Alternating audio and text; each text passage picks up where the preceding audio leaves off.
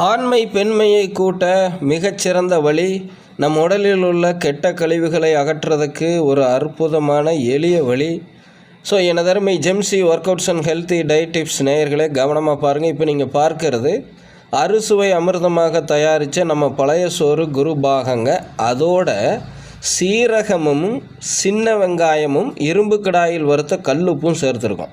அது கூட நாட்டு ரக நிலக்கடலையை மணலில் வறுக்கிறோம். நேரடியாக வடச்சட்டியில் போட்டு வறுக்கலை. நல்லா நோட் பண்ணிக்கங்க. சுத்தமான மணல் இருக்குது பார்த்தீங்களா, வீடு கட்டுறதுக்கெல்லாம் முதல்ல பயன்படுத்தியிருப்பாங்க. இப்போ பயன்படுத்துகிறதெல்லாம் பாறை டஸ்ட்டு, ஓகேங்களா, எம் சாண்டு பி சாண்டுமாங்க. முதல்ல பயன்படுத்தின அந்த மணல் நாட்டு ரக மணலில் பக்குவமாக வறுத்தெடுத்து இதை ரெண்டையும் சாப்பிட்றாங்க காலை வேளையில்.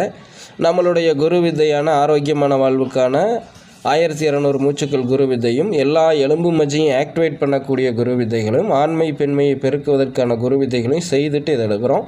அடுத்த பதிவில் பயிற்சிகளை பற்றி பார்க்கலாம்.